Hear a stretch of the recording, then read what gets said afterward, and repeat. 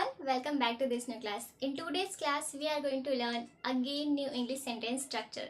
And this structure is very interesting because आज की class में एक बार फिर से हम लोग कुछ नया सीखेंगे. So चलिए इस वेरी इंटरेस्टिंग क्लास की शुरुआत करते हैं और देखते हैं कि आज की इस क्लास में हम किस तरह के सेंटेंस को इंग्लिश में बनाना सीखने वाले. So let's begin.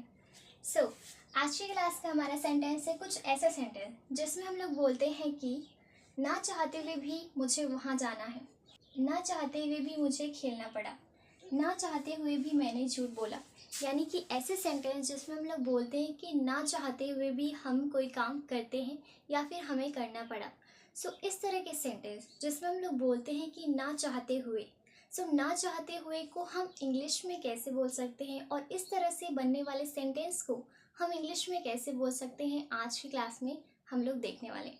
सो चलिए इस क्लास को शुरू करते हैं और देखते हैं कि इस तरह के सेंटेंस को इंग्लिश में कैसे बोल सकते हैं. ऑलराइट, सो इस तरह के सेंटेंस को बनाने का स्ट्रक्चर कैसे होगा ये मैं आपको सेंटेंस के थ्रू ही समझाऊंगी. चलिए वन बाय वन करके सेंटेंस को डील करते हैं. सो पहले सेंटेंस है ना चाहते हुए भी मुझे वहां जाना है.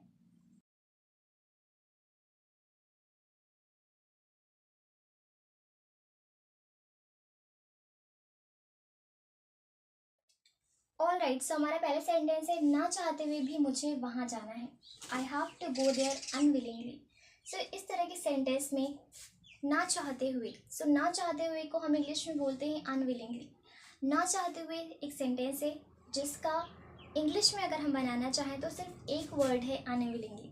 अनविलिंगली का मतलब ही होता है ना चाहते हुए. ऑलराइट, सो ये जो आपका अनविलिंगली है इसे आप फ्रंट में भी ऐड कर सकते हो, यानी कि यहाँ पर भी लिख सकते हो फ्रंट में और बैक साइड भी लिख सकते हो, आपकी मर्जी. ऑलराइट, सो इस तरह से आपको बनाना है इस तरह के सेंटेंस को. सो पहले सेंटेंस है ना चाहते हुए भी मुझे वहां जाना है. I have to go there unwillingly.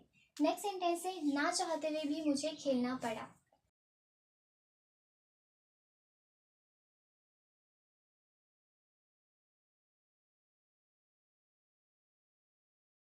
Okay, सो ना चाहते हुए भी मुझे खेलना पड़ा. I had to play unwillingly. Alright, next sentence है ना चाहते हुए भी मैंने झूठ बोला.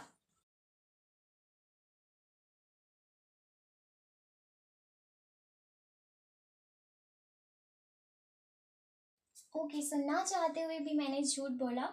I told a lie unwillingly. इसकी जगह आप सिर्फ लाइट भी लिख सकते हो क्योंकि लाई का सेकेंड फॉर्म होता है लाइट, बट मैंने यहाँ पर टोल्ड अ लाई लिख दिया है. देन आपका sentence. Now let's read all the sentence once again. ना चाहते हुए भी मुझे वहाँ जाना है. I have to go there unwillingly. ना चाहते हुए भी मुझे खेलना पड़ा. I had to play unwillingly. ना चाहते हुए भी मैंने झूठ बोला. I told a lie unwillingly. Now you can take a screenshot.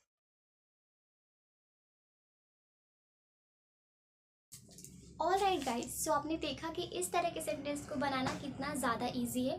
हम इजीली इस तरह के सेंटेंस को क्रिएट कर सकते हैं और इन्हें अपने स्पोकन इंग्लिश में भी यूज़ कर सकते हैं.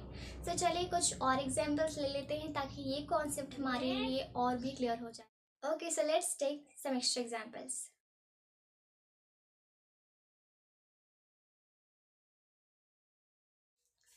Alright guys, so these are some extra examples. Let's think it. पहला सेंटेंस है ना चाहते हुए भी मैं उसे मना नहीं कर सका.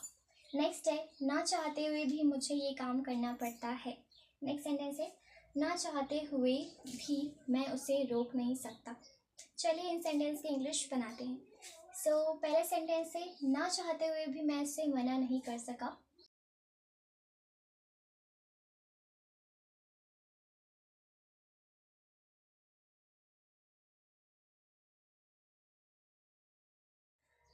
ऑलराइट, सो हमारा पहला सेंटेंस है ना चाहते हुए भी मैं उसे मना नहीं कर सका. I couldn't stop her unwillingly.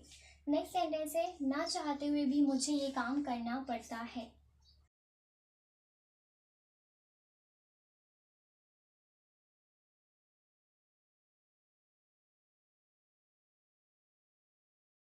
Okay, सो ना चाहते हुए भी मुझे ये काम करना पड़ता है.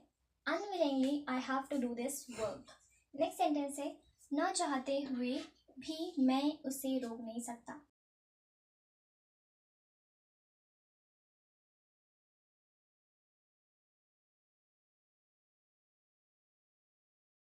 ओके सो ना चाहते हुए भी मैं उसे रोक नहीं सकता. I can't stop her unwillingly. Here is a mistake. Alright so मना करने को इंग्लिश में बोलते हैं रिफ्यूज. ओके सो आपका कंप्लीट सेंटेंस होगा I couldn't refuse her unwillingly. Okay now let's read all the sentence once again. ना चाहते हुए भी मैं उसे मना नहीं कर सका. I couldn't refuse her unwillingly. ना चाहते हुए भी मुझे ये काम करना पड़ता है. Unwillingly I have to do this work. Next sentence है ना चाहते हुए भी मैं उसे रोक नहीं सकता. I can't stop her unwillingly. Now you can take a screenshot.